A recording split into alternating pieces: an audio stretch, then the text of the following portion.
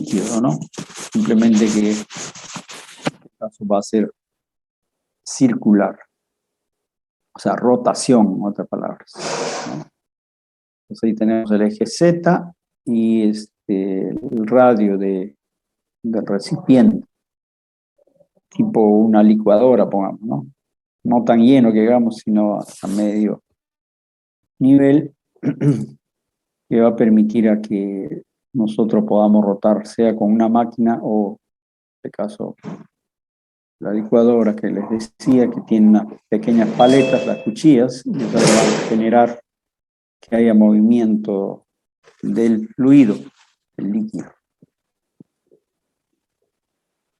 Bien, ¿cómo han realizado el análisis de este fenómeno? Este fenómeno han analizado de que ahí existe una velocidad angular, W u omega, y el radio, ¿no? El radio que se puede cuantificar desde esta línea vertical hasta alcanzar la dimensión total, ¿no? Pero el análisis se ha hecho para este elemento que estamos observando acá, que está a una distancia R. Y ese elemento los estamos viendo acá. Entonces aplicamos presiones, en este caso ahí tenemos el ángulo, y la cual se encuentra desde el origen, evidentemente tenemos un ángulo en la cual se ubica este volumen elemental para el análisis, ¿no? Entonces van a actuar las presiones, por supuesto, presiones en todas las direcciones. En eso, ¿qué significa? Que en algún momento este volumen elemental va a estar rotando constantemente. Rota, ¿no? Si es que la velocidad angular también es constante, ¿no? Va a rotar. Entonces va a mantener su presión. Entonces, pero esa presión a la cual se haya sometido va a ser estas presiones que estamos observando acá. En otras palabras, son fuerzas en este caso, ¿no? Fuerzas. La presión por que estaría actuando sobre una superficie, ¿no? La superficie es de diferencial de R, diferencial la longitud radial por Z. Y así también en las otras caras, ¿no? Por ejemplo, acá tenemos una variación ya de la presión con respecto al radio por esta distancia radial, ¿no? Pero considerando un ángulo, este ángulo, el ángulo θ por el diferencial de Z, ¿no? Porque se halla a cierta altura, por supuesto. Igual para las demás caras, ¿no? Entonces, como les decía, en algún momento esto va a girar constantemente y puede estar en equilibrio, ¿no? O sea, no se va a perder su ubicación, siempre va a estar ahí, debido a la magnitud de las presiones y las fuerzas, o las fuerzas que estarían actuando sobre él. Entonces, para estos casos de líquidos en rotación, se aplica esta expresión, la variación. Bueno, recuerdan que hemos derivado la ecuación también para que existe variación con respecto a X, con respecto a Y, con respecto a Z, ¿no? En este caso va a ser movimiento con respecto a R. Entonces, en este caso, la variación de presión va a ser con respecto al radio, como estamos observando, por el diferencial del radio, más la presión que siempre va a actuar en la dirección Z por el diferencial Z, ¿no? Entonces, si uno hace el proceso de integración, lo podemos observar acá. Y bueno, en este caso, esto es una característica, ¿no? Para este tipo de movimientos, donde esta primera componente de la variación de presión con respecto al radio del recipiente que lo contiene va a ser igual a la densidad por R por, bueno, una vez integrado, ¿no? por la velocidad angular al cuadrado por diferencial de R. Bueno, su equivalente, en otras palabras. ¿Qué significa esto? Que esta variación de presión es igual a esta componente de la densidad por R por la velocidad angular al cuadrado. El diferencial de R se mantiene. Entonces, esto ya es una componente que siempre lo conocemos, ¿no? Acá también lo vemos, ¿no? Es la aceleración, dice, hacia el centro de rotación. R omega al cuadrado. Nada más es eso. Y en este caso, pues, esta función también podemos representarlo por ρ por G por Z, ¿no? Que es también presión, por supuesto, ¿no? O ρ por G por H, recuerdan, es lo mismo. Entonces, si hacemos la integración de esta componente, vamos a encontrar acá presión 2 menos presión 1, va a ser igual a esta componente, integrado R, vamos a tener R cuadrado, por supuesto, sobre 2, porque acá tenemos R, lo integramos, vamos a tener R cuadrado, ¿no? Pero entre R2 y R1, ¿no? 2 radios. Entonces, es cuestión de establecer nuestro, ¿no? Esto puede ser R1 y esto puede ser R2, ¿no? A eso se refiere. Entonces, en estos dos puntos, las presiones van a ser iguales también, ¿no? Este punto tiene igual presión. O sea, esta línea de agua está en una misma presión. Esa superficie de agua está en una misma presión. Por eso, cuando integramos esta variación de presión, vamos a tener, una vez integrado, vamos a tener esto, la velocidad angular por la densidad sobre 2 R cuadrado menos R sub 1 al cuadrado. Menos la integral de esto, que sería ρ por G. Y entre los dos zetas, ¿no? Esto está en Z1 y esto estará en Z2, en otro nivel, en la dirección Z, ¿no? Por eso aparece acá. Bueno, como las presiones son iguales, esto va a ser igual a 0, entonces igualamos ahí. Y de ahí vamos a tener ya muy fácil la determinación de la velocidad angular y los demás parámetros.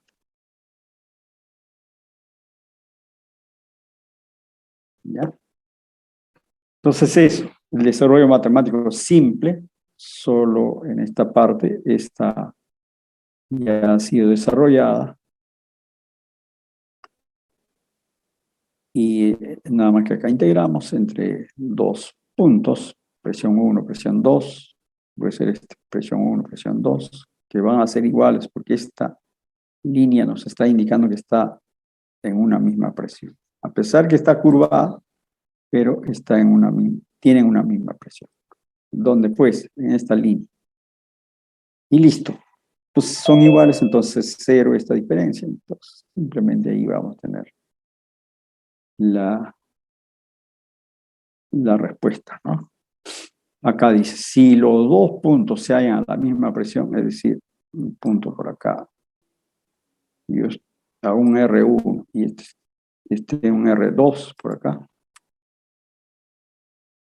dos puntos, pues R1, R2, si ambos se hallan en una misma presión, entonces acá R1 también va a ser 0. Bueno, las presiones evidentemente van a ser iguales, entonces vamos a tener la ecuación general de la parábola, ¿no? Bueno, para este caso, ¿no? R1 es igual a 0. Entonces, esta ecuación cita ¿qué contiene? De conocer Z1, Z2 y la velocidad angular y los radios, ¿no? Básicamente. Sé que no es nada novedoso en este caso. Ahora, su aplicación, donde podemos aplicar, en realidad, tal vez en equipos de decantación, ¿no? Por ejemplo, tenemos un agua con con sedimentos, por ejemplo, ¿no? Un agua con sedimentos, y ustedes quieren separar las partículas más pesadas, y entonces pueden desarrollar este tipo de movimientos, ¿no? Movimientos en rotación del líquido. Entonces, con mayor densidad van a caer las partículas, porque tienen mayor densidad van a caer, van a sedimentar las partículas, ¿no? Entonces, pero esa sería una de las aplicaciones. Otra sería, no sé, unos remolinos que podría formarse cuando uno abre alguna compuerta, ¿no? También a veces podrían existir ese tipo de situaciones, ¿no? O sea, no le encuentro mayor aplicación desde el punto de vista de nuestra ingeniería, en otras palabras, ¿ya? Porque la velocidad angular lo conocemos, los R lo conocemos, los Z conocemos, o sea, no hay ninguna dificultad en resolver problemas de ese tipo, ¿no? ¿De acuerdo?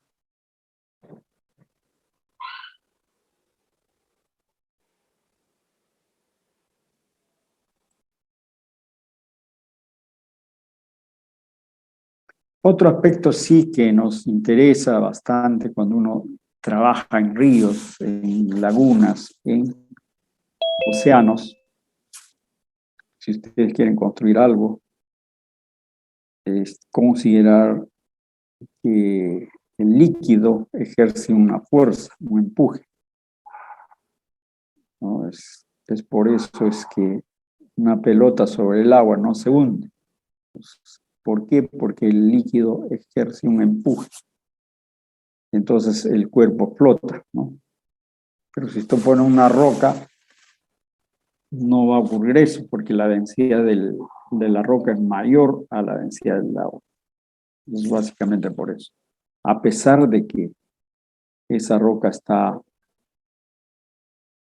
siendo afectado por una fuerza empuje. De todas maneras, a pesar de que el cuerpo está en el agua, de todas maneras sufre un empuje, ¿no? Pues es como ustedes quieren aprender a nadar en la piscina, entonces alguna persona con poca energía, con poca fuerza, pueden enseñarle a ustedes a nadar, ¿no? Es decir, hay una fuerza de empuje del fluido que ayuda, ¿no?, a la persona para levantarlo, ¿no? A la persona que está aprendiendo a nadar. Otra situación es que si ustedes van a construir algún dique, algún muro en el mar, en la laguna, en el río, el agua va a ejercer una fuerza de empuje.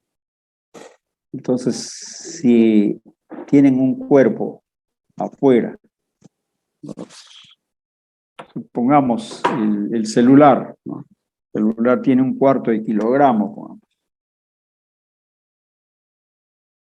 Pero ustedes se acercan al agua, cuando llegue al agua, en forma horizontal, pues ya no va a pesar esa magnitud, ¿no? De 1/4 de kilogramo, va a pesar menos, ¿no? Va a pesar menos. ¿Por qué? Porque hay una fuerza de empuje del fluido. Eso ocurre, ¿no?, cuando uno trabaja en ríos, en lagunas. Por ejemplo, quieren construir una defensa ribereña. Ahí se utilizan piedras. Las piedras tienen unas densidades de 2,68, por ejemplo, gramos por centímetro cúbico. Entonces, pero cuando estén instalando sobre agua, prácticamente esa roca va a sufrir un empuje.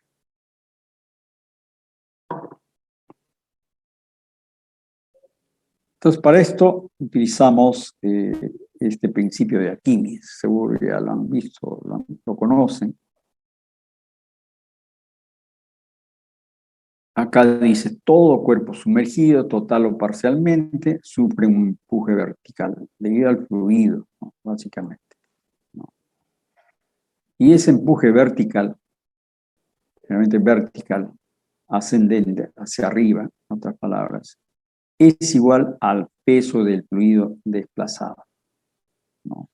Esa es la fuerza de empuje, o la fuerza de boyamiento. F sub B, este B grande significa boyamiento. De verdad no sé qué significa boyamiento, pero es la mejor fuerza de empuje, ¿no? Hay que llamarlo. Boyamiento, dicen. Pero ahí está.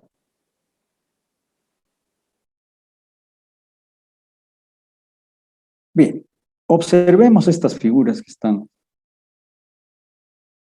tenemos por acá, ¿no? Por ejemplo, este cuerpo está sujetado hacia algún sostén que está anclado y a través de una cuerda, ¿no? Un alambre que está sujetado. Entonces, ¿qué tenemos acá? ¿Cómo podemos hacer el diagrama de fuerza libre? En este caso, diagrama de cuerpo libre de esta figurita. La parte azul es agua, la parte superior del objeto está H1 de profundidad y AH2, la parte más profunda del objeto, ¿no? Puede ser una pequeña roca. Entonces, ¿qué actúa? Como está amarrada a un anclaje arriba, entonces vamos a tener una fuerza T arriba, ¿no? De tensión, vamos a llamarlo así, T, por eso viene de tensión. ¿Qué más? Este peso de agua que está actuando sobre el cuerpo, lo vamos a llamar F sub 1. Todo este peso de agua sobre la piedra, sobre el objeto. ¿Qué más? Vamos a tener también el peso del cuerpo, ¿no? El peso del objeto, de la roca. Adicional a ahí, vamos a tener una fuerza de empuje, la fuerza F2. Entonces, todas estas van a ser las fuerzas que estarían actuando sobre este cuerpo. Y en forma resumida, podemos ver donde actúa evidentemente la fuerza de empuje. En forma resumida vamos a tener la fuerza de tensión. La fuerza de tensión, que va a ser positivo si consideramos el eje Z,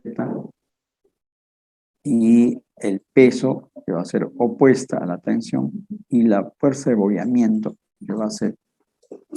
Entonces, todos estos tipos de problemas vamos a resolver con esa pequeña ecuación nada más, ¿no? Con esa pequeñita ecuación.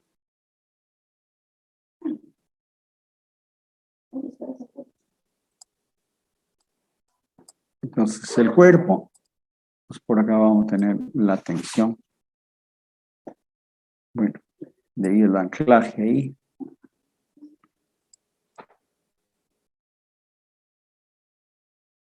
Por acá, el peso. Por acá. Bueno. Y la fuerza de boyamiento, ¿no? La fuerza de empuje, digamos.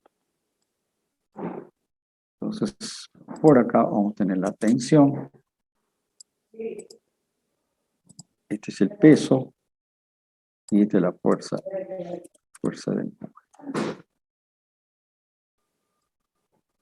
Fuerza de empuje. Listo. Entonces, de acá armamos la ecuación, ¿no? Claro, está en estado estático, entonces la tensión es positivo más la fuerza de empuje va a ser igual, o menos, si quieren, menos W. Eso va a ser igual a 0, ¿no? La suma de fuerza. Solamente hay fuerza vertical en este caso, ¿no? ¿De acuerdo? Entonces, también esto puede ser igual a esto.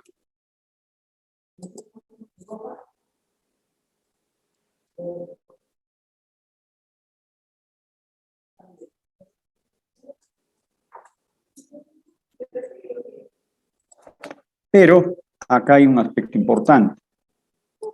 Este W es el peso en el aire, fuera del agua, este W. Lo pesamos afuera, sin que esté sumergida, ¿no? ¿De acuerdo? Y T va a representar el peso del objeto sumergido. Sumergido.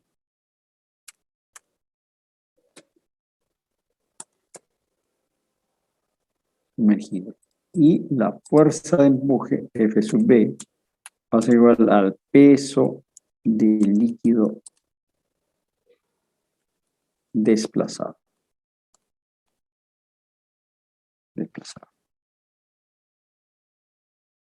Entonces, esas son las definiciones claves para este tipo de ejercicios que hay que hacer, ¿no? Si uno está trabajando en río, en laguna, en el mar, pues hay que tener en consideración estos aspectos nada más.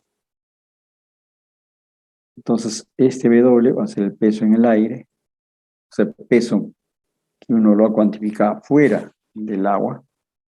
Este T es peso del objeto sumergido y F sub B es peso del líquido desplazado, ¿no? Peso del líquido desplazado. Entonces es muy fácil eso de calcular, ¿no? De estimar esos valores, ¿no?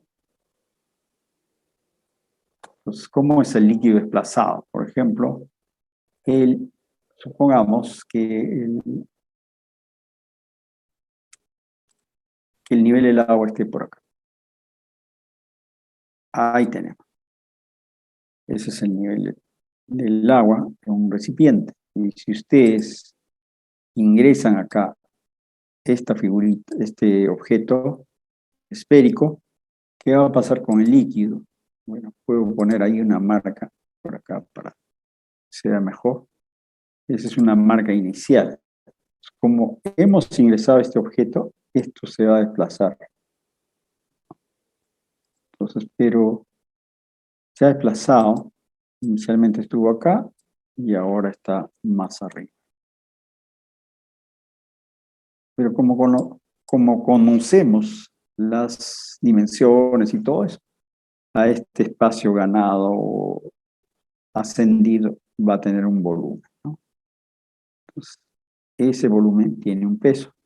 Entonces, eso será el peso del líquido desplazado, es decir, este peso del líquido que se ha desplazado debido a la presencia de esta partícula, ¿no? Entonces, básicamente eso, ¿no? Lo que estamos observando por acá, en resumen, ¿no? Muy simple el asunto.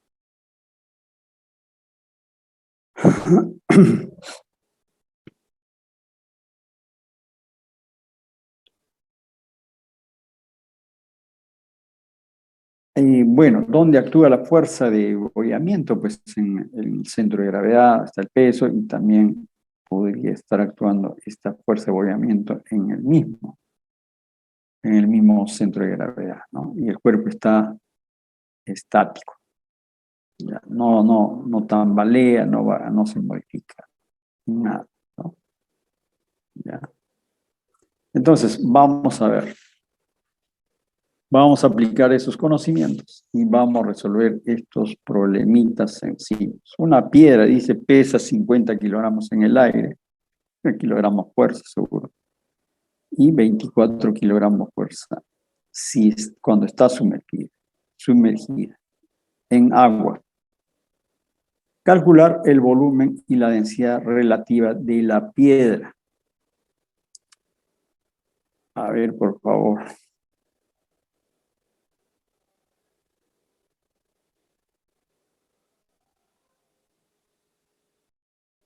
Ya, una piedra en el aire pesa 50, pero en sumergida pesa 24. Calcular el volumen y la densidad relativa de la piedra. A ver, por favor, 2 minutos. Por el chat pueden responder también, no se preocupen.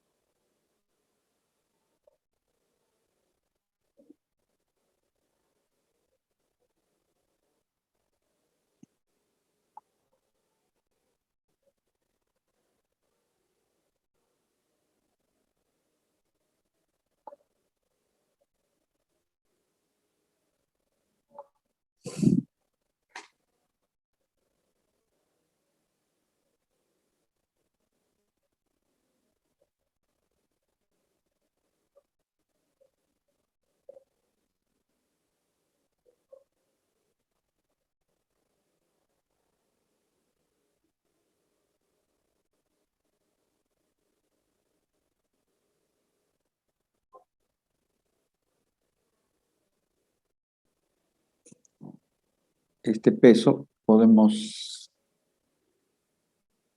colocarlo en función a volumen, ¿no? ¿De acuerdo? Entonces, esto podemos expresarlo también de otra forma, ¿no? La densidad del fluido, la densidad del fluido por la gravedad por el volumen, ¿no? Ese también tenemos. Entonces, de acá podemos calcular el volumen, ¿no? Porque la densidad y la gravedad lo conocemos, ¿no? Volumen va a ser igual a ¿cuánto? Por ahí un amigo creo que calculó, a ver, 0,03. No creo, falta un 0, creo, amigo Christopher. Se queda, ¿eh? Debe ser más o menos 0,003, más o menos, metros cúbicos.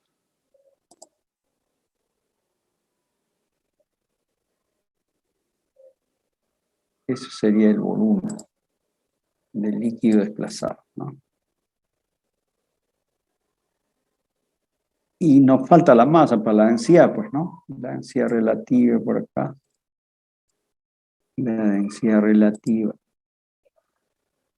O la densidad propiamente va a ser igual a la masa entre volumen. El volumen ya lo tenemos ahí. Entonces, vamos a calcular, evidentemente, tenemos el peso por acá, ¿no? El peso que es 54. Pues, el peso es igual a la masa por la gravedad. Y ahí podemos calcular, este es 54, ¿no? Kilogramos. Entonces, de acá vamos a conocer la masa.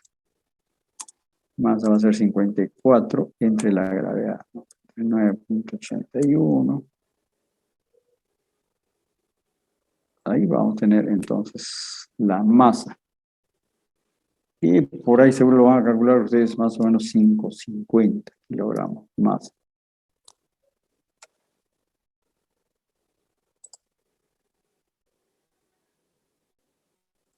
Luego, reemplazamos nada más por acá. Entonces va a ser la masa que es 5.5 kilogramos. Y entre el volumen que es esa magnitud 0.003, salvo esté mal mi calculadora, nos vamos a tener ahí la respuesta, ¿no? A ver, 5.5 entre 0.003, ya tengo ahí 1000.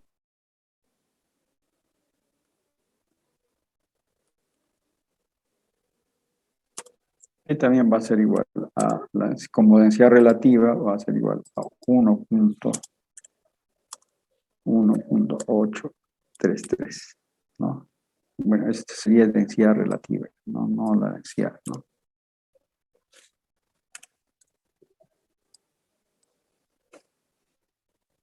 Muy bien. Ya. El problema número 2, por favor, a ver.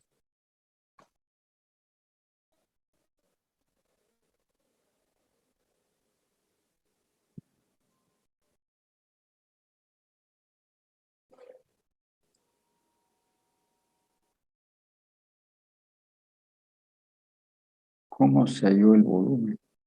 Pues, sí, el volumen, ¿no? Ah, ¿cómo halló el volumen? Ya, vamos a ver. Ya, esto un poquito lo voy a desplazar para abajo. Ahí. Bien. Este peso, bueno, por acá, peso es igual a la masa por la gravedad, ¿no? Masa por la gravedad. ¿De acuerdo? Eso sabemos. O masa por aceleración. En este caso de peso es masa por la gravedad. Por otro lado, ya sabemos, ¿no? Que la densidad es igual a masa entre volumen, ¿no? Entonces, esta masa, yo lo despejo, esta masa de espejo, ¿y qué voy a encontrar? Voy a encontrar que la masa por volumen es igual a la masa, ¿no?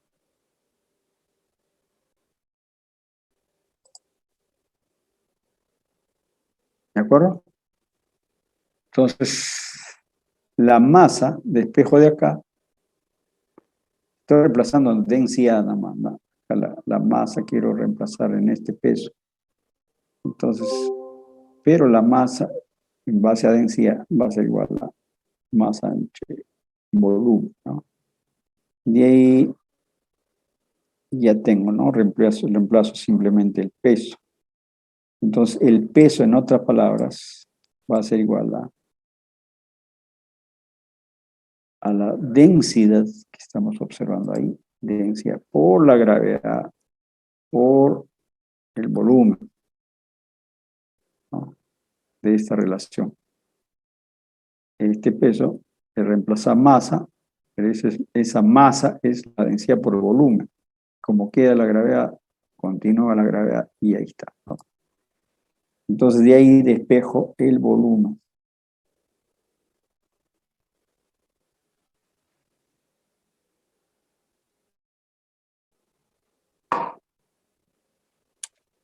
Pregunta 2, a ver, por favor. Pregunta 2.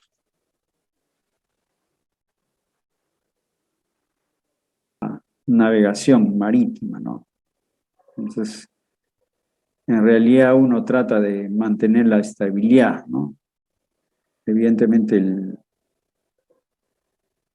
los barcos están en desplazamiento, ¿no? Pero deben mantener su estabilidad, ¿no? Pero siempre pues, va a estar, como está de velocidad, pues va a haber oleaje, una serie de cosas. Entonces, para eso hacen todo este análisis, ¿no? De estabilidad de los cuerpos parcialmente sumergidos o totalmente sumergidos también, ¿no? Entonces, acá podemos ver, dice la parte A, pues, todas estas son inestables, este está en neutral, o sea que están entre estables y no inestables, y en este caso las figuras en C son estables, dice. Entonces, veamos. En primer lugar, identifiquemos qué significa G. G es el centro de gravedad del cuerpo, del barco, del bote, de la pelota, de cualquier objeto. Y C, llamado también centroide o también llamado centro de flotación, ¿no? Donde va a actuar generalmente la fuerza de boyamiento, como estamos observando acá, ¿no? C. El centroide, o también llamado centro de flotación, C, ¿no? En todas estas imágenes está presente C. Entonces vamos a explicar un poco esta de imagen o la situación inestable, ¿no? Neutral, por ejemplo. Esta es la situación inestable donde hay un riesgo de que, bueno, el peso está actuando dentro de su centro de gravedad y la fuerza de empuje también dentro de su centro de gravedad, ¿no? Entonces, prácticamente este es cualquier movimiento diferencial puede inestabilizar, por eso le llaman inestable, ¿no? O como en este caso, ¿no? En este caso, están distanciados tanto el centroide como el centro de gravedad.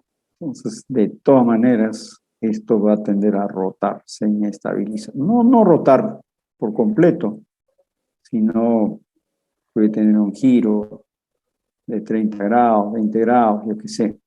Bueno, eso es lo que ocurre en los botes, ¿no? Los barcos, ¿no? Cuando están en movimiento.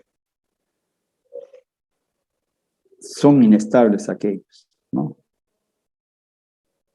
A estas circunstancias donde tanto el peso como la fuerza de boyamiento actúen de esta forma, pues va a haber cierta inestabilidad. No totalmente, porque todo está diseñado bien, se han hecho simulaciones, todo eso, entonces los barcos no están a la deriva, ¿no? Salvo haya unas tormentas enormes. Podría haber eso, ¿no? Como hemos visto en las películas, pero siempre hacen simulaciones para que eso, para que no colapse el barco. Este neutral, justo, mire, el centro de gravedad y el centroide coinciden, fíjense. Es neutral ahí. Acá ni va a rotar ni nada, se va a mantener ahí, ¿no? Esto puede ocurrir cuando el barco pues está estacionado en algún lugar, y la marea sea estable, todas las condiciones sean estables, ¿no? Eso va a ocurrir.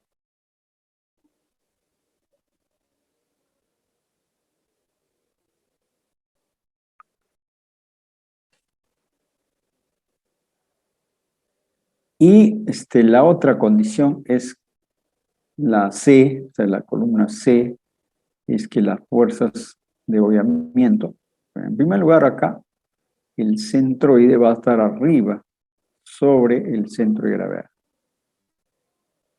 ¿no?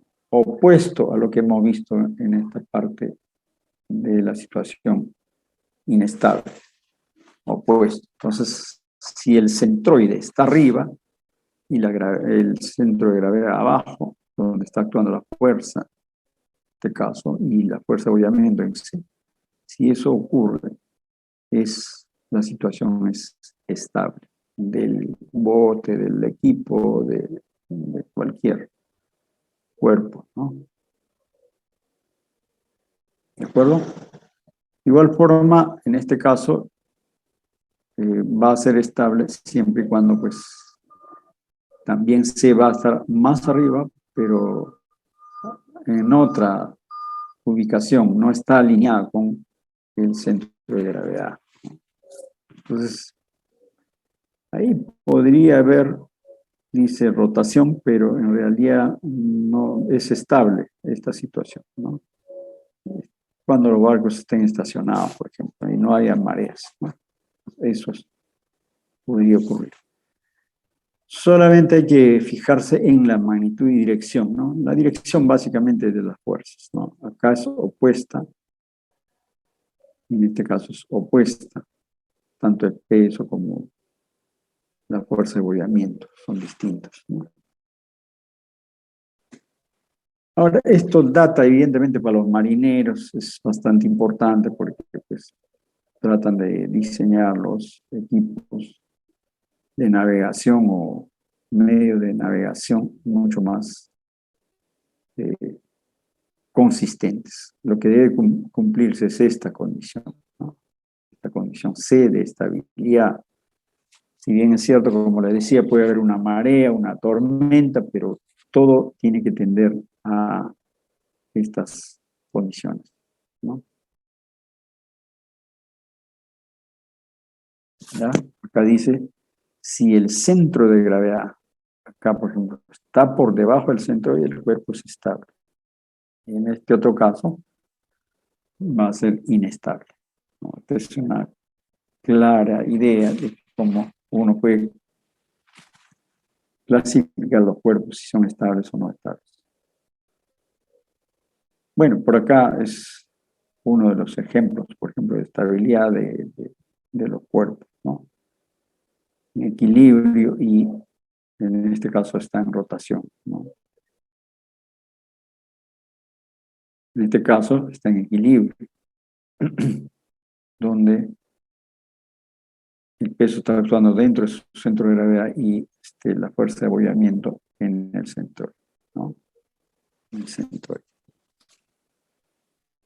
Y coinciden, están en el mismo eje, en otras palabras, ¿no? Este es muy teórico en realidad, no es tanto así, ¿no? Siempre el barco está bajo estas circunstancias, ¿no? Claro, no va a rotar por completo, simplemente que va a tener esa inestabilidad, ¿no? ¿No? Va a tender a rotar porque ahí están las dos fuerzas que no están actuando. No son colineales estas fuerzas que estamos observando por acá.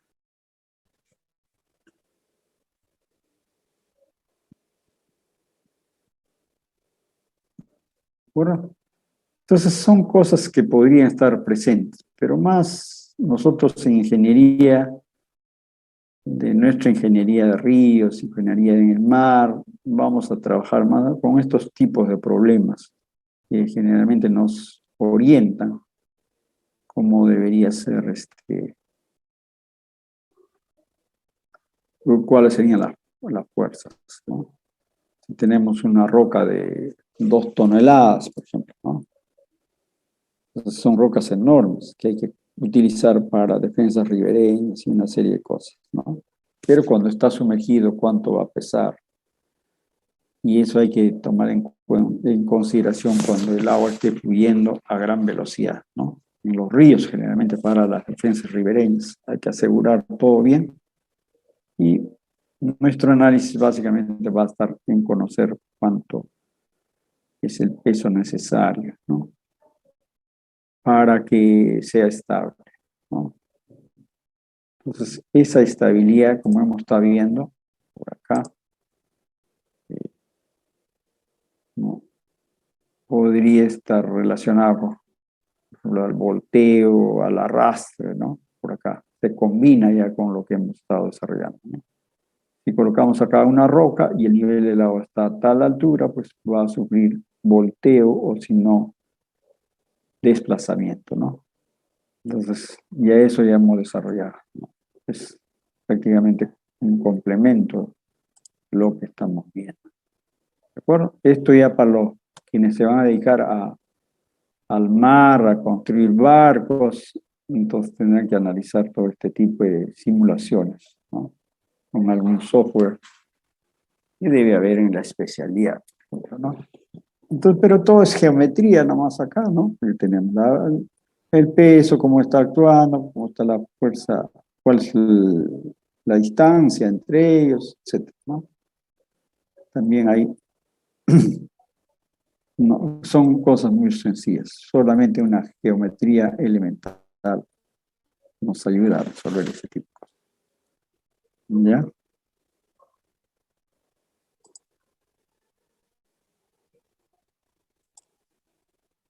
¿Preguntas hasta ahí?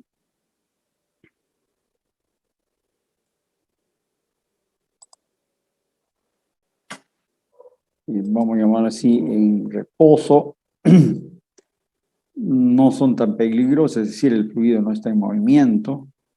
En el otro caso también, pero en condiciones básicamente casi estacionarias, donde no va a haber tanto peligro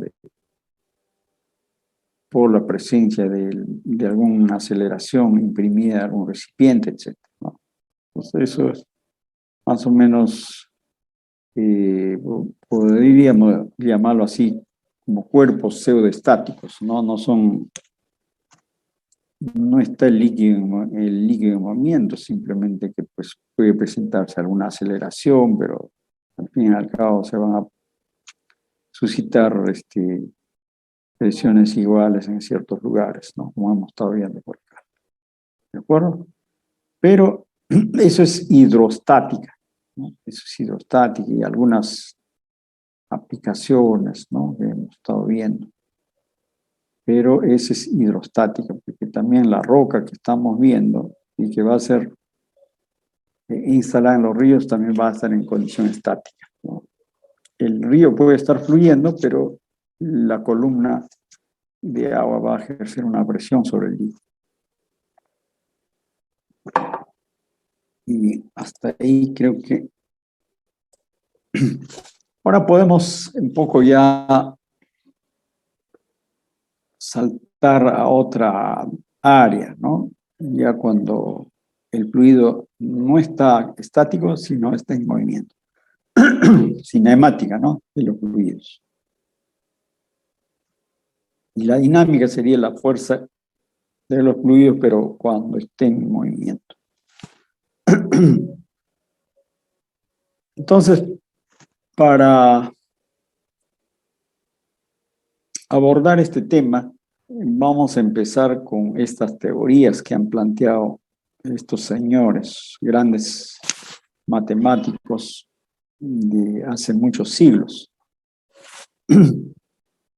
El modelo Lagrange. O sea, esta línea que estamos observando lo vamos a llamar línea de flujo, es decir, una partícula de agua podemos observar en este tiempo cero, tiempo 1, o sea, a 1 minuto, 2 minutos, 3 minutos, fíjense, pero el fluido ya está en movimiento.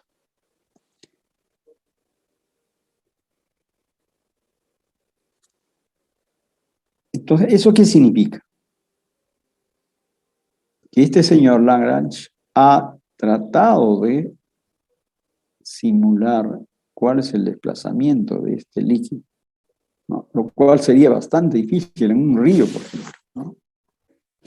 En un río, pues el agua va a fluir por donde pues y no habría un punto de control, ¿no? Bastante difícil, ¿no? Pero ahí está la idea está, bueno, empezó con eso el señor Lagrange, ¿no? Y luego apareció también el señor Euler. El señor Euler ya pensó un poquito más, dijo, mira, a ver, voy a empezar, pero esto ya con coordenadas, ¿no? La ubicación de un líquido en este punto, acá. Esto tiene su ubicación y además tiene la velocidad del agua y la trayectoria va a ser curvada, en este caso, hasta X1 y 1Z1. Entonces, la línea de flujo, la línea de corriente es la que está describiendo acá en forma curvada. Y tangente a ella vamos a tener la velocidad. la velocidad. En este caso, solamente considerando dos puntos, ¿no? A y B, para un tiempo cero, para ambos casos, ¿no? Y luego avanzarán ambos también a otras distancias, por supuesto. Entonces, pero eso es complicado también, ¿no? Porque la velocidad del agua va variando tremendamente en un río, ¿no? En un canal. Entonces, todo eso vamos a ir viendo, cómo es que, qué velocidad en realidad uno utiliza, por ejemplo, para medir los caudales en los ríos, ¿no? Es complejo, pero hay que tratar de resolver eso, ¿no? Entonces, desde ya, lo que estos señores han tratado de describir la ruta o buscar una fórmula matemática que nos diga, esa es la ruta del fluido, del líquido, elemental. ¿No? Eso es lo que nos han pedido, ¿no? Nos han dicho que hagamos, ¿no? Con estas teorías de Lagrange y Eulerianos. Entonces, por ahora nosotros podemos llamarlo, en general se denomina línea de flujo, o la ruta también, o el sendero también, ¿no? Pero el sendero no me gusta. Líneas de flujo puede ser. Línea de flujo, ¿no? Es el recorrido o la ruta del fluido, de una partícula de agua, ¿no?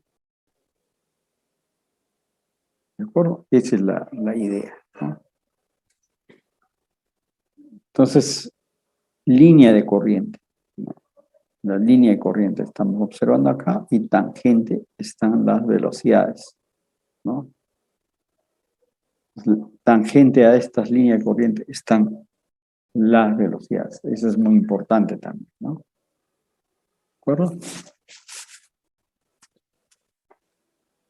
Líneas de corriente. Acá está en plural ya. Podemos tener varias líneas de corriente, ¿no? Entonces, ¿eso qué significa? Que podemos tener el recorrido de un fluido de esta forma, ¿no? Esa es la línea de corriente, ¿no? Igual puedo tener, pero otro líquido de esta forma, muy caprichoso, ¿no? También puede existir, ¿no? Igual, ¿no? Puede por acá, ¿no? Etcétera, ¿no? Y lo importante es tomar en cuenta la velocidad, por ejemplo, en este caso. La velocidad siempre va a ser tangente a estas líneas de corriente, ¿no? Tangente. A veces coinciden, fíjense. Acá ven. Por acá ya es tangente. Tangente. Entonces, estos serían los vectores velocidad. Al fin y al cabo van a definir la línea de corriente. En todos los casos.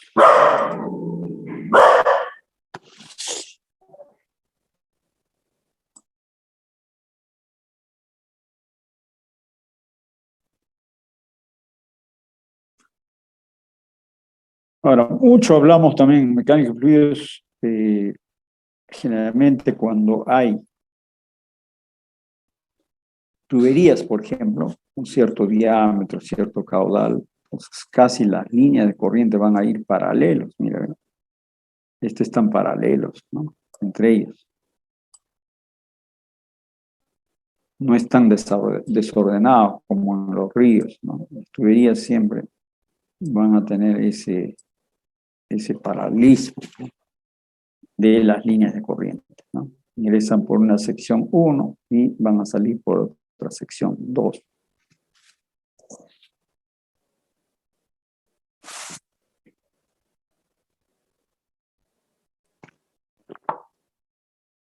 Otros también tubos de corriente lo llamamos. Generalmente esto es en los ríos, perdón, en las tuberías, ¿no? Tubería de conducción de diámetros variables, etc., ¿no? Acá hay un diámetro 1, otro diámetro 2, entonces la velocidad va a ir variando en cada una de esas secciones, ¿no? A eso le llamamos tubos de corriente, cuando las líneas de corriente son paralelas. Ahí estamos observando, ¿no? Acá, a pesar de la alta velocidad, porque la sección es pequeña, pues también se mantiene paralela, ¿no? La línea de corriente. Bueno, acá se dispersan más, hay más holgura, la velocidad baja nada más, en este caso.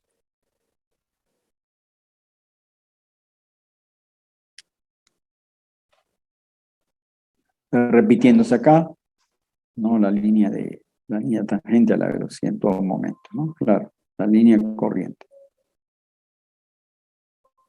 Y la velocidad siempre tangente. Es lo que está mencionando acá, ¿no? Ahora, hay que tener en cuenta este aspecto. En todo, en todo lo que es el modelamiento del movimiento de las aguas, ríos, canales, siempre vamos a tomar en cuenta este término que se llama flujo, o sea, flujo en régimen estacionario, estacionario, estacionario. ¿Y qué significa esto? Estacionario.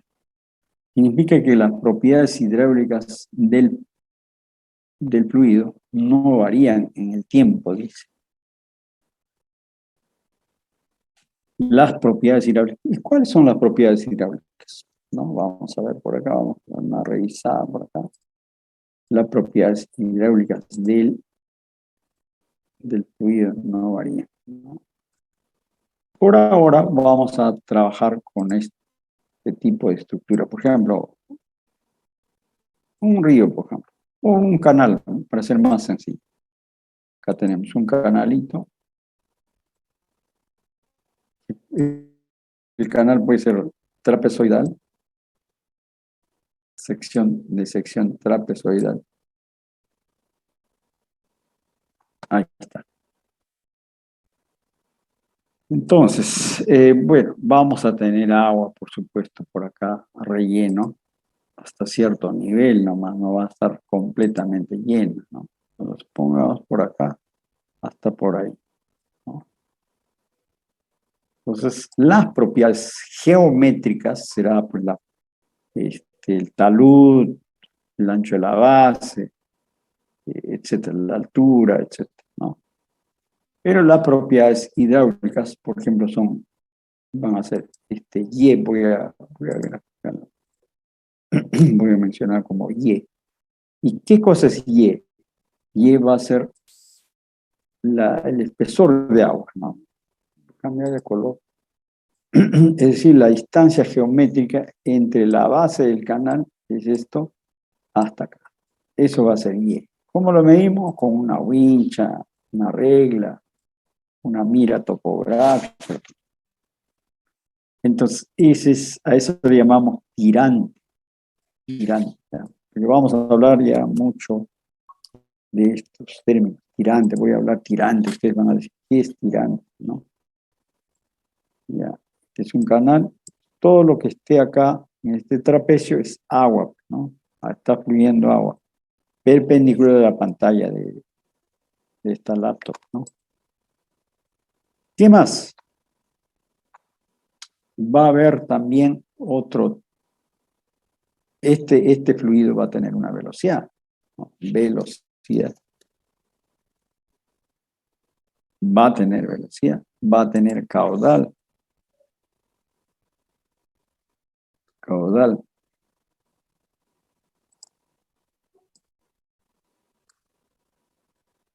¿Qué más? Va a tener área mojada, se llama también área mojada. Área mojada. ¿Cuál será el área mojada? Pues podemos graficarlo en este momento. Poner el área mojada en este colorcito. El área mojada será todo lo que esté en contacto con el agua. Este de acá, de acá, de acá.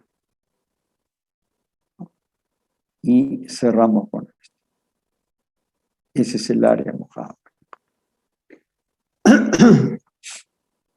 Hay otro también que se llama perímetro mojado, ¿no? Perímetro mojado.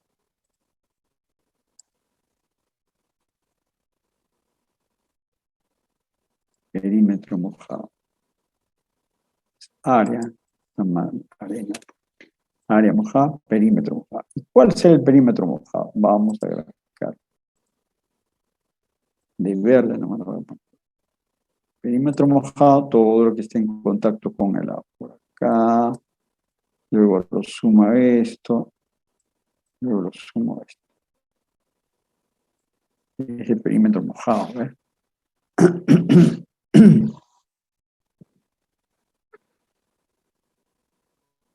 Otro término que también vamos a utilizar por ahí es espejo de agua. Espejo de agua.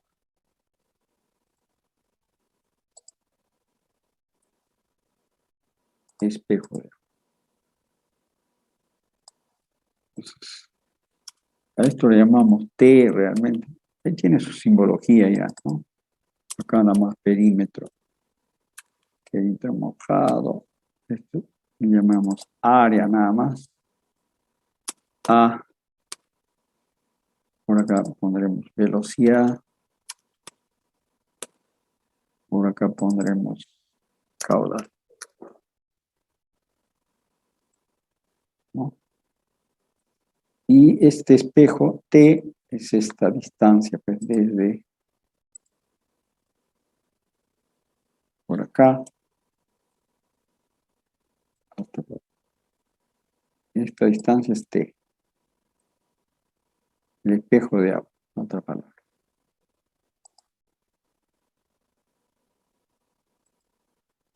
T.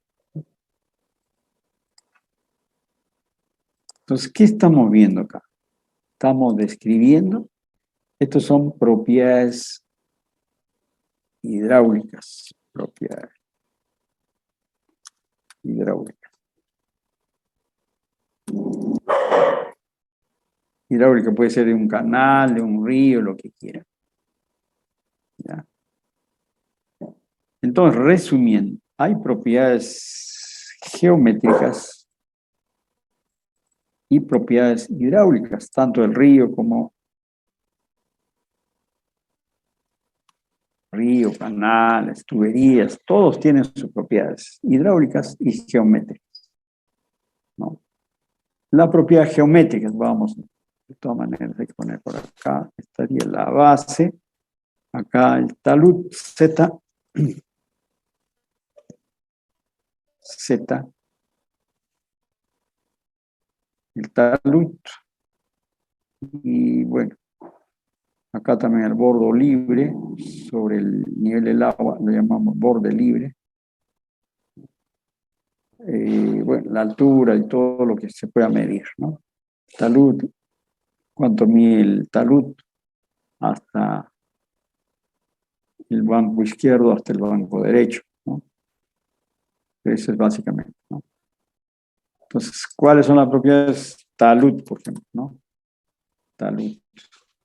La base también es una propiedad geométrica, ¿no? Y podemos poner un alto tal vez, ¿no? Pero basta con Z y ya podemos ver ahí cuánto es el alto, la profundidad del canal, ¿no? Está básicamente definida ya por este tirante, dentro de la propiedad tirante. Bien, entonces, cuando hablamos de flujo en régimen estacionario, ¿qué estamos diciendo? ¿No? ¿Qué estamos diciendo? Estamos diciendo lo siguiente. Cuando hablamos de flujo en régimen estacionario, decimos lo siguiente. Que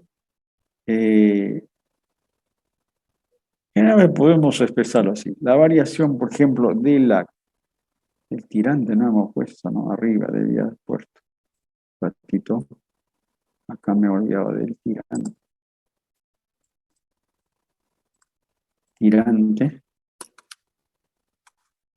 que lo vamos a simbolizar como Y. Ahora sí. Entonces, una situación en régimen estacionario, vamos a tener lo siguiente, que la variación de Y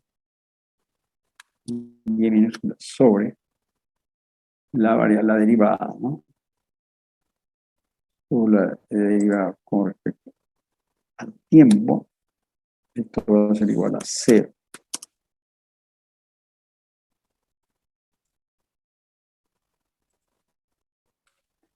¿De acuerdo? Esa es una condición, por ejemplo, para que el modelo esté o se encuentre en régimen estacionario. Es decir, en el tiempo, el tirante. Si el tirante acá es, por ejemplo, tirante, yo tengo acá un tirante. Este es igual a 4 metros. Entonces, ahorita son las 2 de la tarde, entonces más tarde a las 5 también va a ser 4. Mañana a las 10 de la mañana va a seguir siendo 4, ¿no? Al día siguiente, etc. En el tiempo, por eso dice, no hay variación del tirante en el tiempo. A eso le llamamos régimen estacionario. ¿Ya? Y así podemos ir. Con respecto al tirante, tampoco. Entonces, si no varía el tirante, la velocidad tampoco no va a variar, ¿no? Y así todas, ¿eh? También el caudal, igual. El caudal no va a variar. Si es 1 metro cúbico por segundo, siempre va a estar a esta hora, que son las 2 de la tarde, 4 de la tarde, 8 de la noche, 10 de la noche. Mañana, igual, todos los días va a ser siempre constante el caudal. Un solo caudal. Pues la velocidad tenemos y todo el resto también. El área mojada, el perímetro mojado, también se va a mantener. Entonces, a eso lo llamamos régimen estacionario.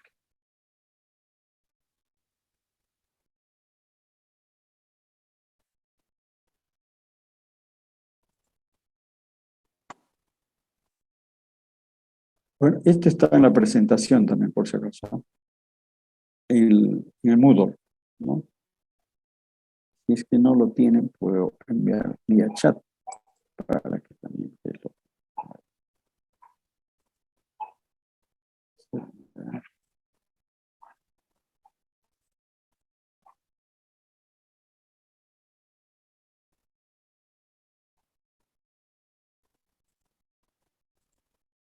Bueno, como les decía, está también en el Moodle, así que, bueno, acabo de enviar también. Entonces, eso es flujo en régimen estacionario, ¿no? Flujo en régimen estacionario. Bien, hay otro flujo no estacionario, fíjense. Flujo no estacionario. En esos casos sí va a ocurrir lo contrario, por supuesto, ¿no? Entonces, en flujo no estacionario, todo esto va a ocurrir. Va a ser distinto, ¿no?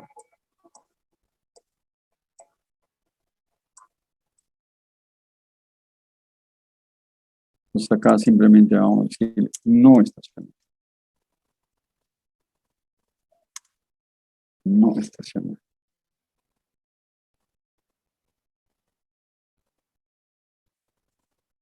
Entonces, en este caso, tendremos que colocar otros que no es cero, ¿no? Acá colocaremos que no es cero.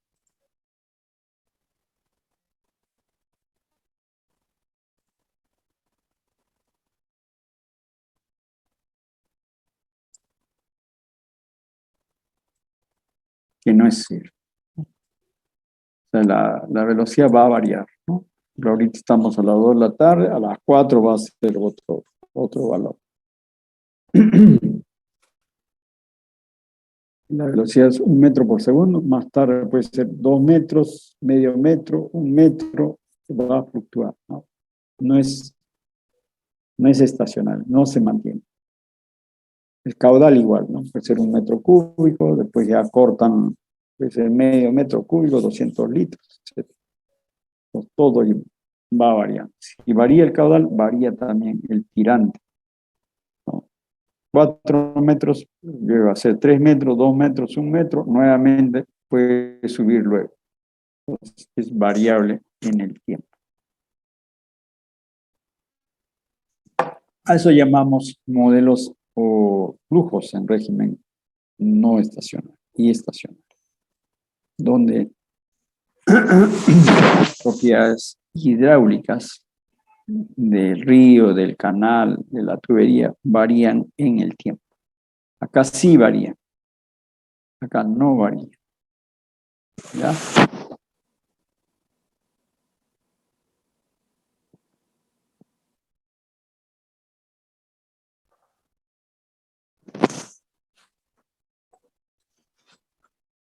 ¿Qué más? Ya tenemos acá. Esto nos está diciendo que la velocidad, por ejemplo, va a variar en X, Y, Z también, ¿no? Es obvio.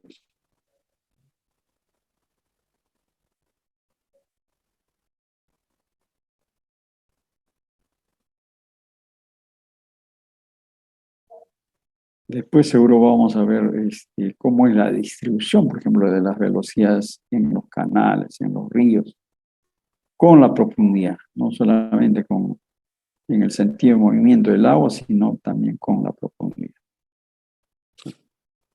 Todo esto, evidentemente, está orientado a saber la magnitud del caudal, ¿no? El caudal, en realidad, como vamos a ver luego, está basada en el principio de continuidad. Principio de continuidad, ¿no? Todo esto a veces regula este término que se llama continuidad. Q, ¿no? Q va a ser igual al área por la velocidad. Eso es. Eso es. El área, ustedes saben, es metros cuadrados, ¿no? Multiplicado por velocidad, pero la velocidad es metros sobre segundo, ¿no? Entonces ahí vamos a tener que el caudal va a tener unidades de metro cúbico por segundo. Esas son las unidades L cubo sobre T, ¿no? Unidades. Entonces, en realidad prima este valor del caudal para todos los casos. Dependemos de eso. Y el caudal depende de la lluvia, por ejemplo, en la sierra llueve, entonces el caudal aumenta. Deja de llover, el caudal disminuye. Entonces el caudal es el causante de todo lo que puede ocurrir dentro de este medio de conducción de agua, ¿no? Tubería, canal, por supuesto. ¿Ya? Es muy importante eso.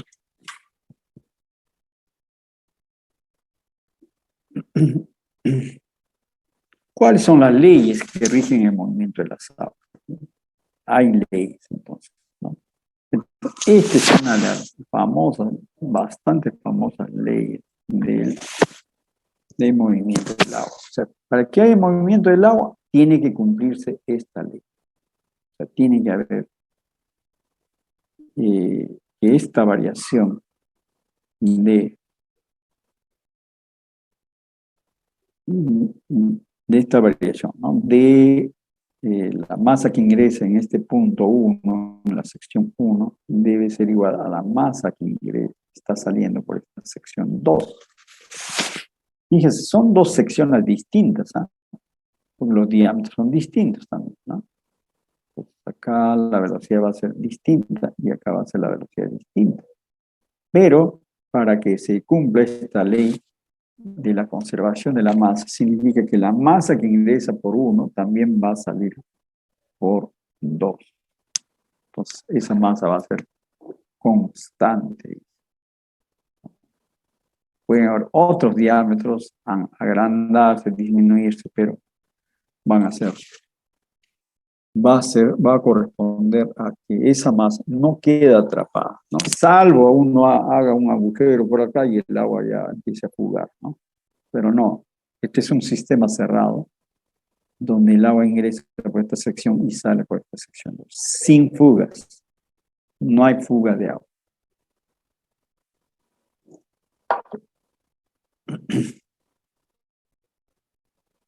¿De acuerdo? Entonces, por ejemplo,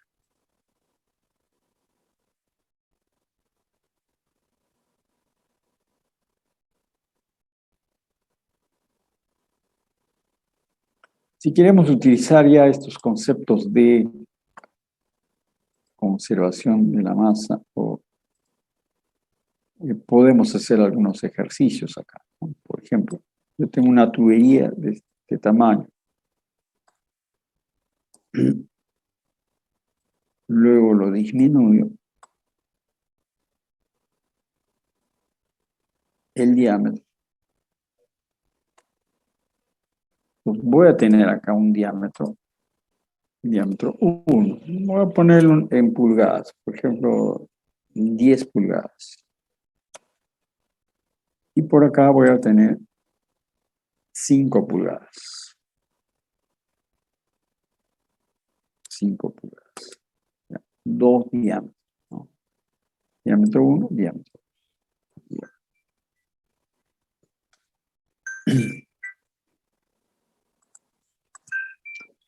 Pero ambos casos, bueno, pongamos que sea de sección, son tuberías, ¿no?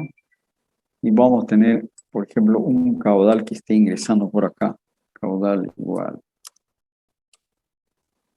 150 litros por segundo.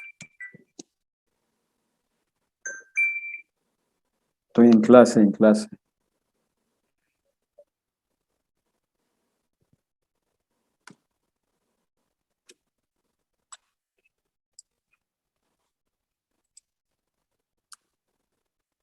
Entonces, no se olviden de la ecuación de continuidad. Primera ecuación de continuidad, ¿no?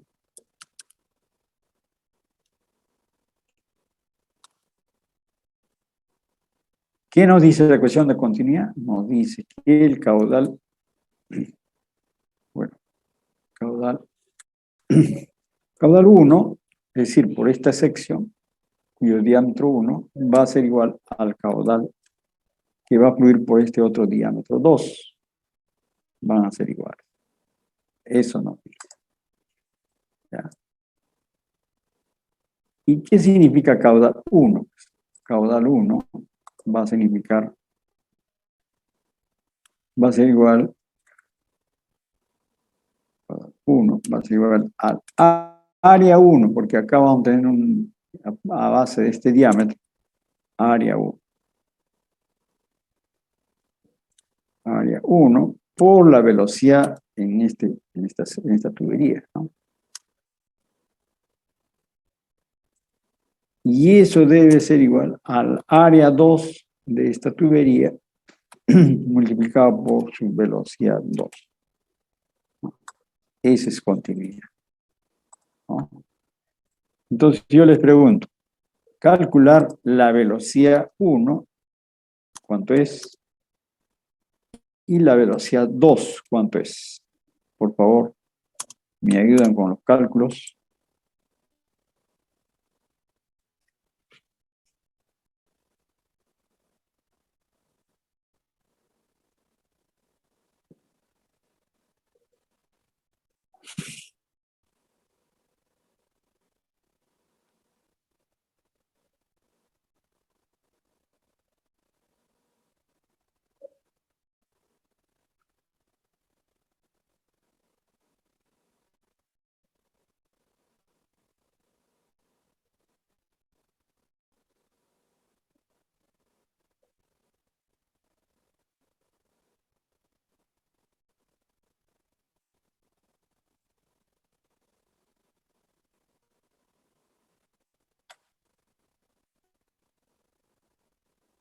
preguntas hasta ahí.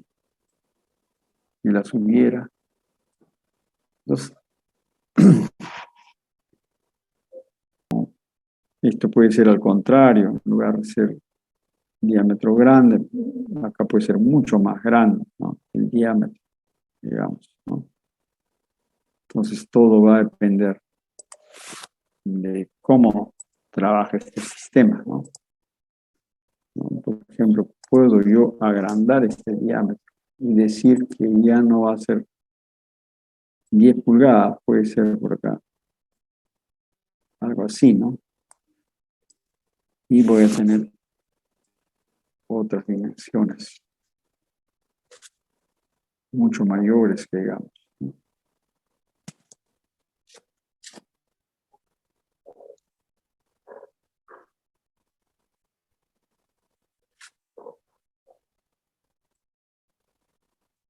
En este caso, por ejemplo, el nuevo diámetro que no sea, por ejemplo, que sea ahí 16 pulgadas, ¿no? Pues también puede haber eso, ¿no? Calcular la velocidad 2, ¿no?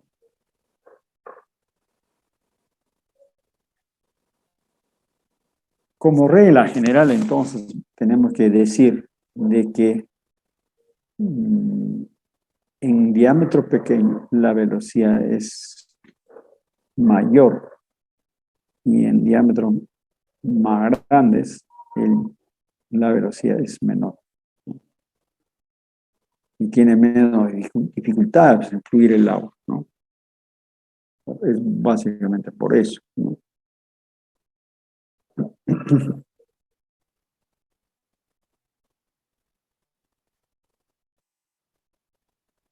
Entonces, en diámetros mayores la velocidad es menor y en diámetros más pequeños el diámetro es mayor. Es muy alta, eso genera que esa burbuja explosione, o sea, rompa la tubería. Entonces hay rotura de tuberías, puede ocurrir eso, ¿no? Así que hay que tener cuidado ahí en que la velocidad no sea excesiva. Otro de los efectos de velocidades grandes es si es que hay una partícula de algún sólido, una arena o una pequeña grava, va a ir a tanta velocidad que va a empezar a deteriorar las tuberías, ¿no? La vida útil de la tubería bajaría, ¿no? Y también las velocidades bajas, ¿no? Supongamos que tenemos agua con sedimentos, ¿no? Medio de color chocolate, ¿no? Marrón. Entonces, esas aguas tienen sedimentos y si la velocidad es baja, van a sedimentar en estas tuberías. Entonces, el área de conducción de la tubería va a disminuir, ¿no? Es un gran problema. Por eso hay un estándar ya que conocemos, ¿no? La velocidad debe ser como máximo, debe ser 3 metros por segundo. Ese es el límite. Velocidad máxima, 3 metros por segundo. Ese es clave. Si es mayor, ya es erosivo, ya es un problema ya para la infraestructura propiamente, ¿no? Entonces no hay que tratar de que sea más. Ahora, esta velocidad también es importante para, dependiendo de o sea, a esta velocidad no hay problema, las partículas van a ser trasladadas, no se va a sedimentar, en otras palabras. O sea, el agua va a fluir y va a arrastrar todo lo que lleve consigo, ¿no?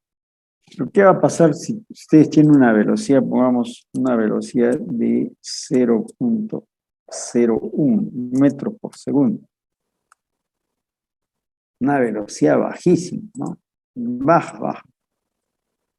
Entonces, esta velocidad no es suficiente como para arrastrar alguna partícula fuera del sistema, fuera de la tubería, ¿no? Va a generar problemas, ¿no? Entonces, esta velocidad va a generar un problema que se llama sedimentación. Entonces, ¿qué significa sedimentación? Pues va a empezar a acumular partículas por acá, ¿no? Como no puede trasladar, empieza por acá a aumentar, aumentar, aumentar, ¿no? Sedimenta, pues, ¿no? Por acá.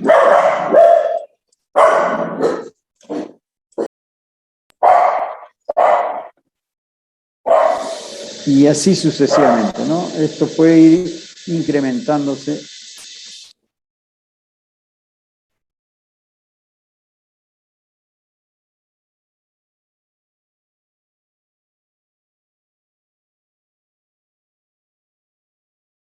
Entonces, cuando las velocidades son bajas, ocurre sedimentación.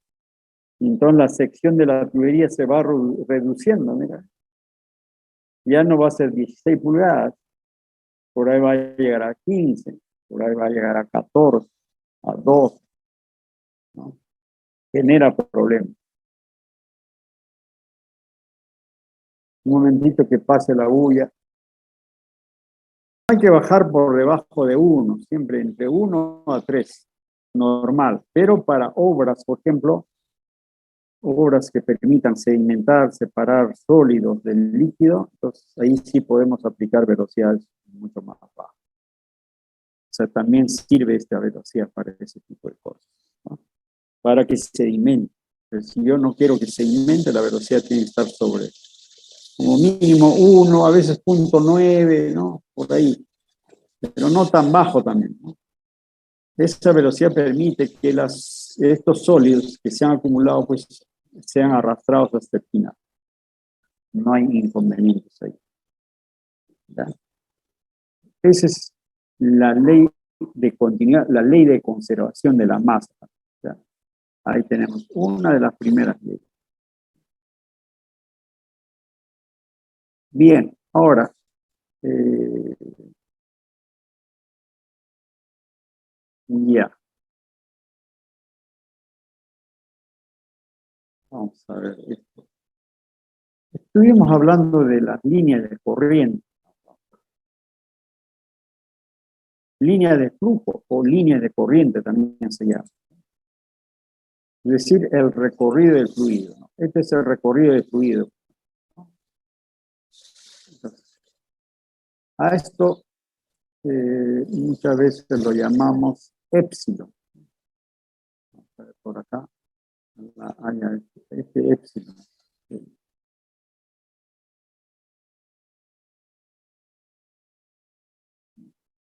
Épsilon, o creo que es épsilon, ¿no? ¿De acuerdo?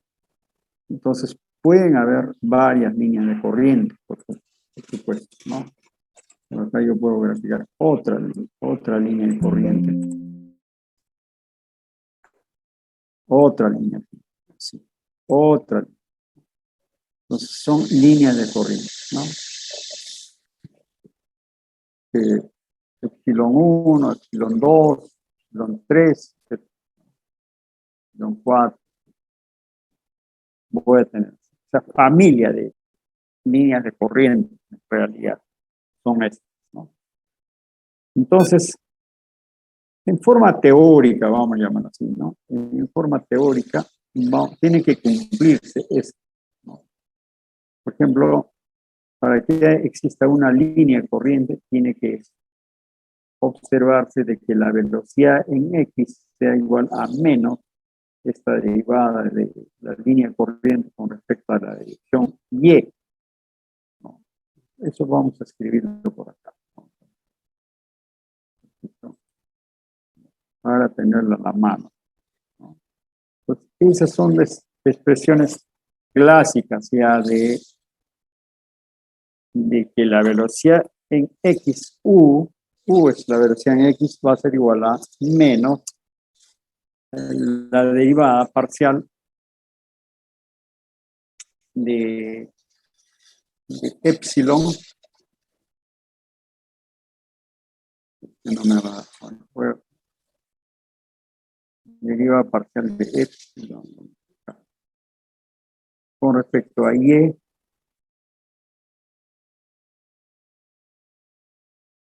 con respecto a eso. Eso va a ser.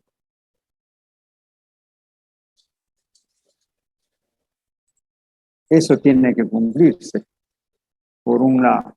Por otro lado, la velocidad en Y, la velocidad en Y, va a ser igual a también menos, creo que es más. Acá, a sino positivo nada más. La derivada de el epsilon, o sea, de la línea de corriente, con respecto a X. La derivada de eso tiene que cumplir.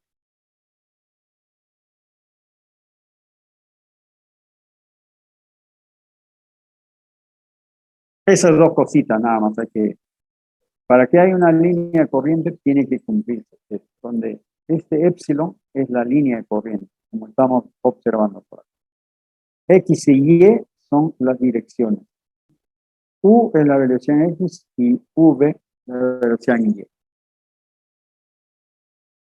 Entonces, acá nos están diciendo este ejercicio 1, que tiene las velocidades acá, tiene la velocidad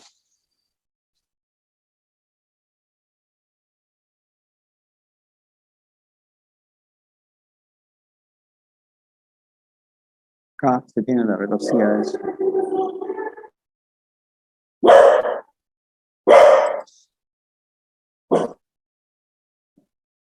A ver, copiamos por acá mejor. Acá el ejercicio dice, si la velocidad de flujo en un sistema bidimensional, es decir, en X y Y, es igual a esta expresión, la que estamos viendo, ¿no? Kx, por ejemplo. Y luego, en B, va a tener otra expresión, va a ser menos KY.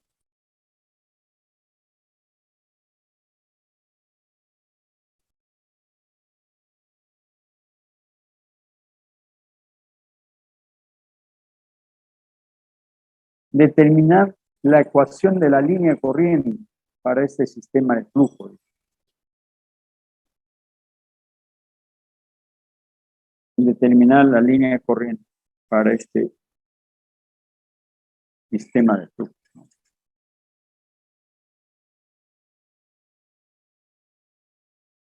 O también igual en el ejercicio 2 vamos a tener igual la velocidad, una función de velocidad en la dirección X y también en Y y en Z, ¿no? Podemos tener también. Y así podemos tener varios ejercicios, ¿no? ¿De acuerdo?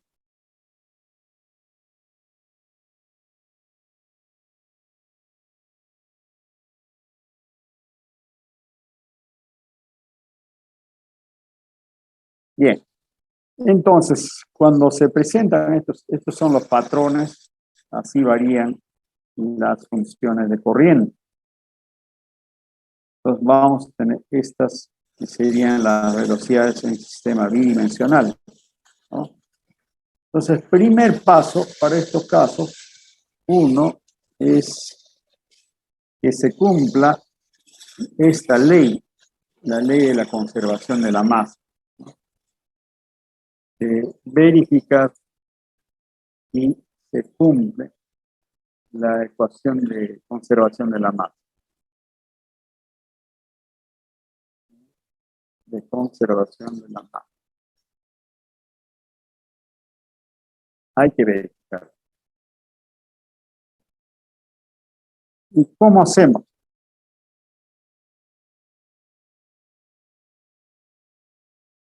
¿Cómo hacemos? ¿No?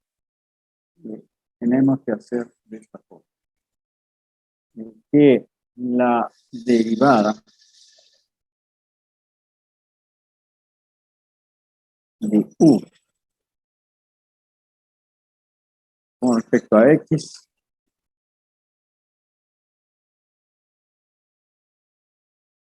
más la derivada de v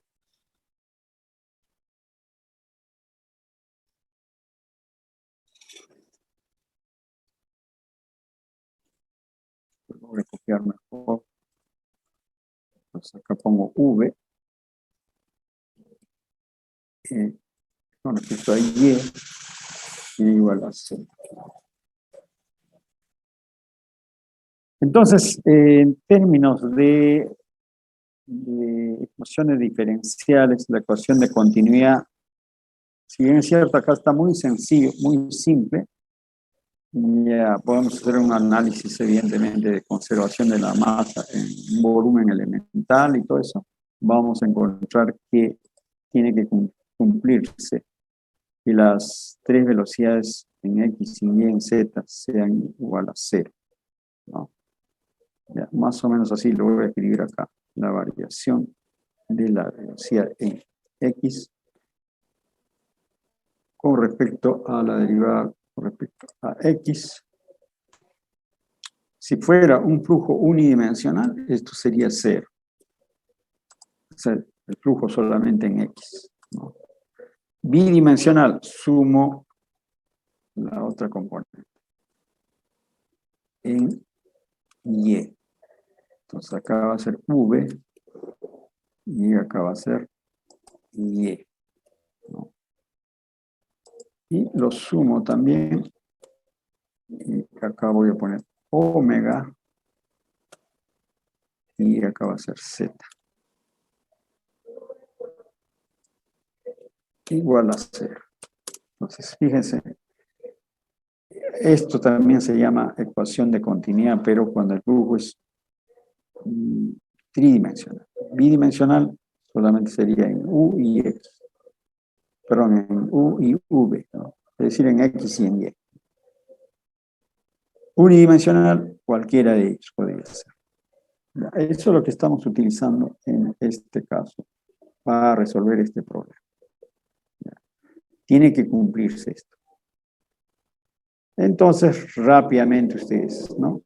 Derivan esta expresión con respecto a X, es decir, la derivada de U con respecto a X. ¿Qué les va a quedar? Esta derivada de U con respecto a X, ¿cuánto queda ahí?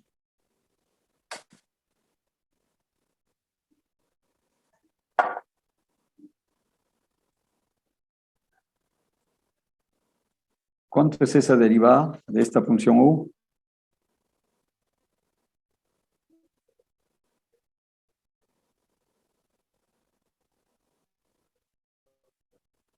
¿Alguien podría decirme?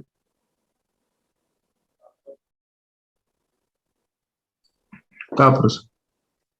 Es K, pues no hay. Derivan esto con respecto a U, con respecto a X, es K. Y esto igual, derivan con respecto a Y, es menos K. Igual a 0. ¿Sí? Se cumple entonces. Entonces, ¿qué significa eso? Que hay una línea de corriente.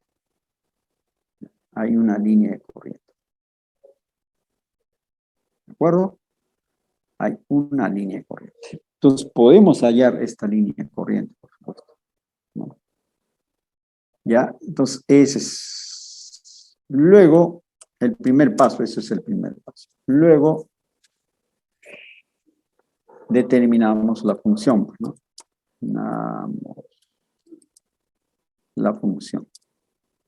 Terminar la función epsilon. Está por ahí escondido, pero bueno, vamos a copiarlo de acá, ¿no? La función epsilon, esta función.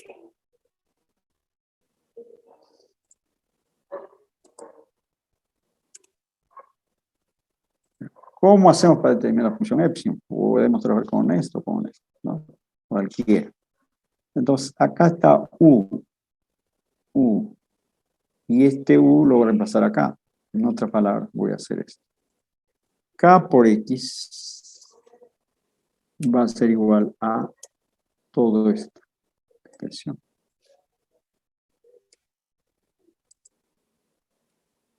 Va a ser ahí.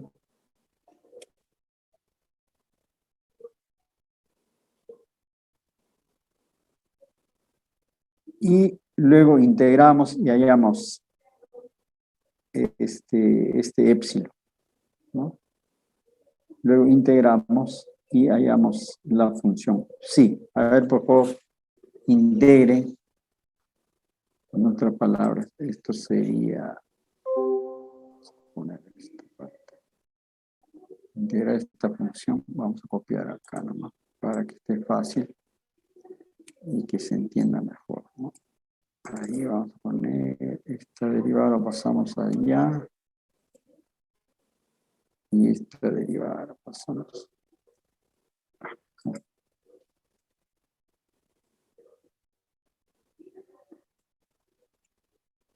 Y ya está. Ahí integramos.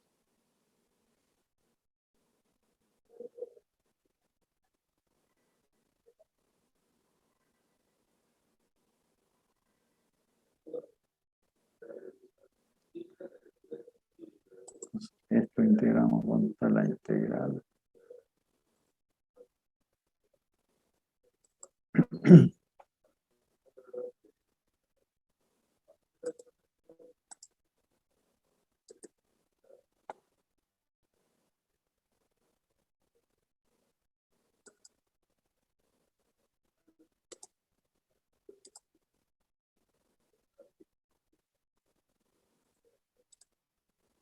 Integramos eso. Si integramos, ¿qué vamos a encontrar, amigos?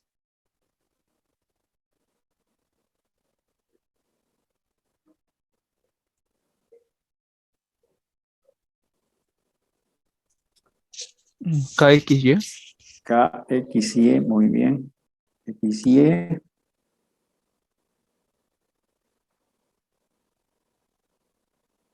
Más puede ser la constante integración, Sí, ¿no es más así? C. Ajá. Igual a epsilon, ¿no? Negativo, pero ese negativo podemos llevarlo allá, ¿no? Podemos ponerlo por acá, negativo. Acá también sería negativo. Y por acá estaría epsilon, ¿no? Eso sería la función. Pueden hacer lo mismo también en esta con V, lo mismo, y seguro van a encontrar lo mismo, ¿no? Entonces, fíjense, acá ya tenemos la función, ¿no? Bueno, C1 es una constante que, pues, de la condición de Bohr, así que si queremos puede ser cero también, ¿no? Si queremos puede ser cero, si no, darle un valor 1, 2, 3, 4, 5, no sé, cualquier valor. Pero C1 se determina de las condiciones de Bohr, como esta es una ecuación diferencial parcial. Entonces, ya, supongamos que sea cero, ya después podemos simular cómo va a ser el comportamiento de este epsilon, ¿no? Este epsilon. En otras palabras, tendríamos mejor escrito de esta forma, ¿no? Igual, así, ya para que se entienda un poco más. Supongamos que sea cero, y ya quedaría ahí, ¿no? Ahora, K igual tiene que tener su valor, ¿no? Entonces, ya tenemos la función ahí bien mencionada, ¿eh?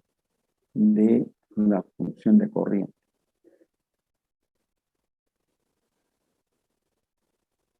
¿Y cómo podemos graficar esto? Podemos graficar tal vez con el Excel, ¿no? Con el Excel podemos darnos algunos valores, pues y tener ahí una familia de curvas, ¿no? Una familia de curvas podemos tener, ¿no? Podemos hacer la prueba, pero en el Excel, ¿cómo haríamos? Vamos a poner.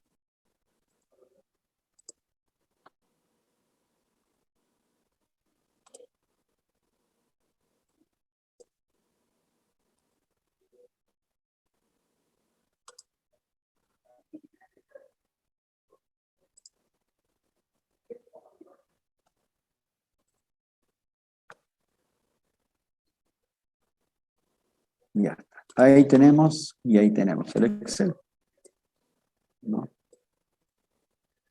Listo. Y podemos graficar rápidamente, ¿no? Ahí podemos tener,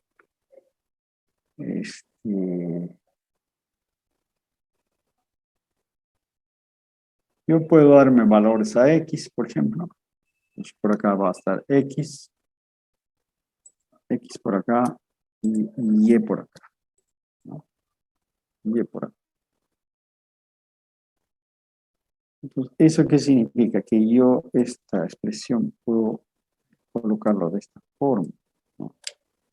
Si me doy valores de X, puedo poner valores de Y, ¿no?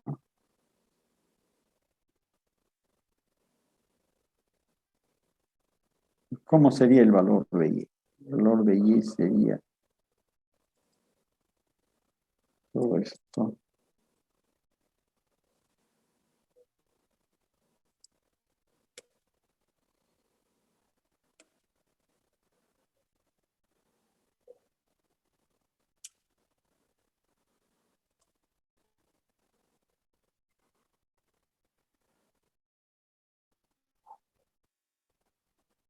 Ya, simplemente lo he trasladado para allá, este negativo, vamos a ponerlo arriba, para que no nos moleste acá. Ya. Entonces, ¿qué datos necesito? Necesito el valor de epsilon. Entonces, epsilon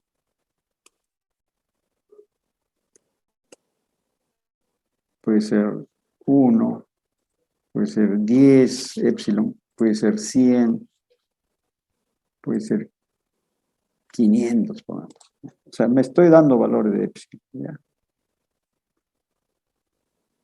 Y ¿qué más?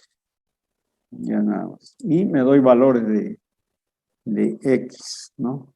X puede ser 1, 2 o menos también, 0, 1 puede ser. 0, 1, 0.1,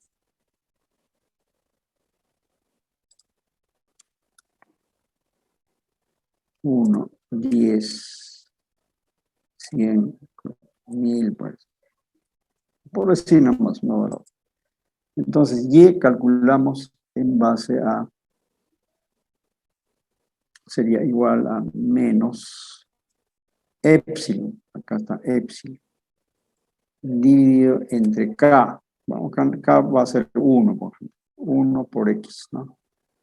Entonces, ahí no nos queda. ¿No? Entonces, simplemente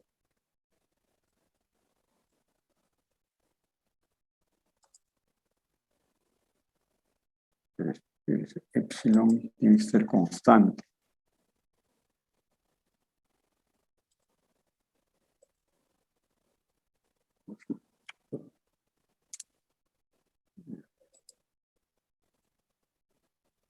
Ojo, K lo estoy considerando constante. ¿Eh? K lo estoy considerando constante. Y con eso ya tengo el modelito acá para epsilon igual a 1. Pues insertamos un grafiquito a ver cómo va a resultar.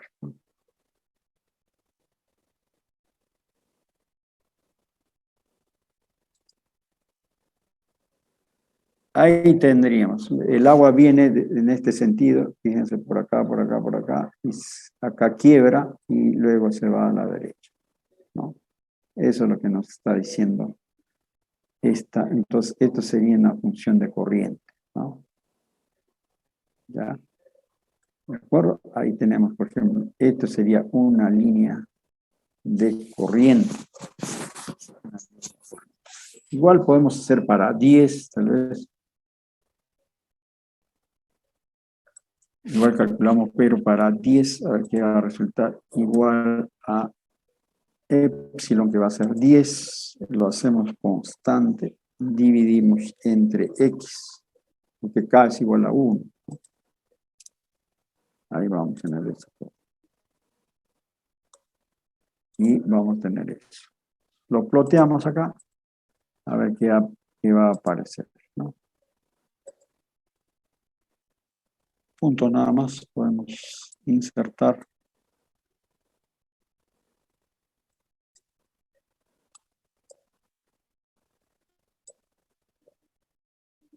Entonces seleccionamos los datos, valores en X, que tenemos, valores en Y, vamos a tener esto. Y aceptar, ¿no? Bueno, acá tenemos, bueno, podemos cambiar el diseño, por supuesto, para que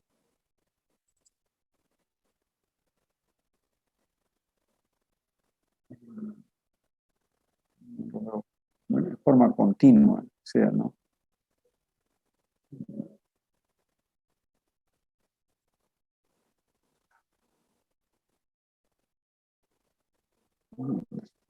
Posición. Ahí está, ¿no? Son líneas de corriente, fíjense, este es distinto al otro, ¿no? Y también es recomendable que utilicen un software para este tipo de cosas, ¿no?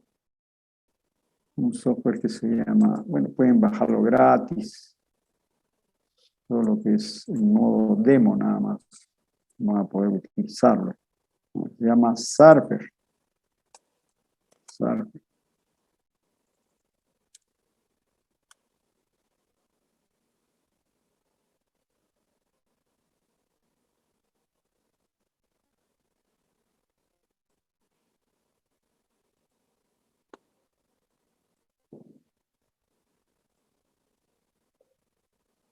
Este software permite graficar este tipo de funciones de forma muy rápida, más que todo para trabajos de ingeniería, ¿no? Pues acá en la opción grids uno busca esta función, dice. Entonces, directamente se ingresa esta función epsilon. Ya no es necesario hacerle despeje como en el Excel. Acá directamente. Nos vamos a grid, ingresamos la función. En este caso la función sería, es como z fuera epsilon, ¿no? Igual a menos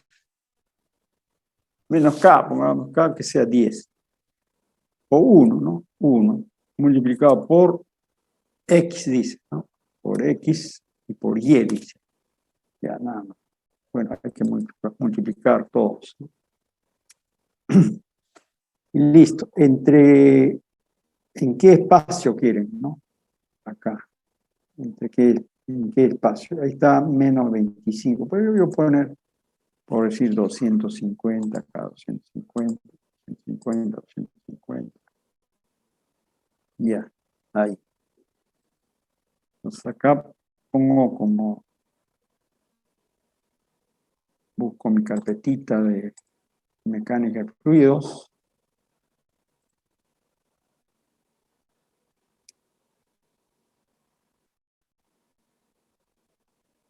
Esta mecánica. Por ahí lo pongo. Línea de flujo.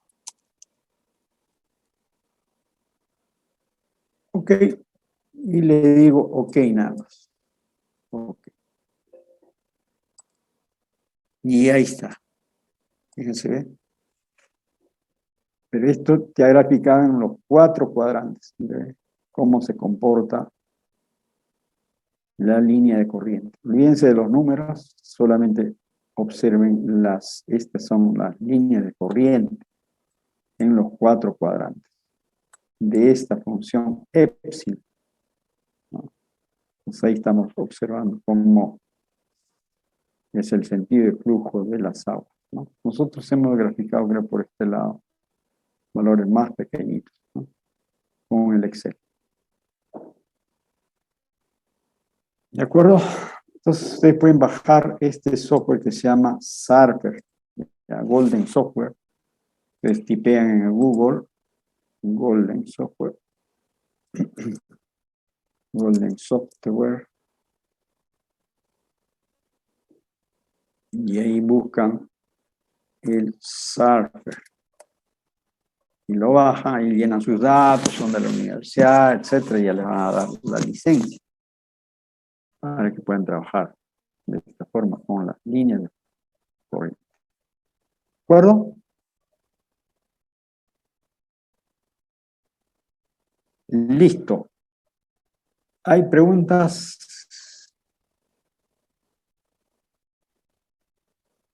No hay preguntas. Entonces nos quedamos ahí.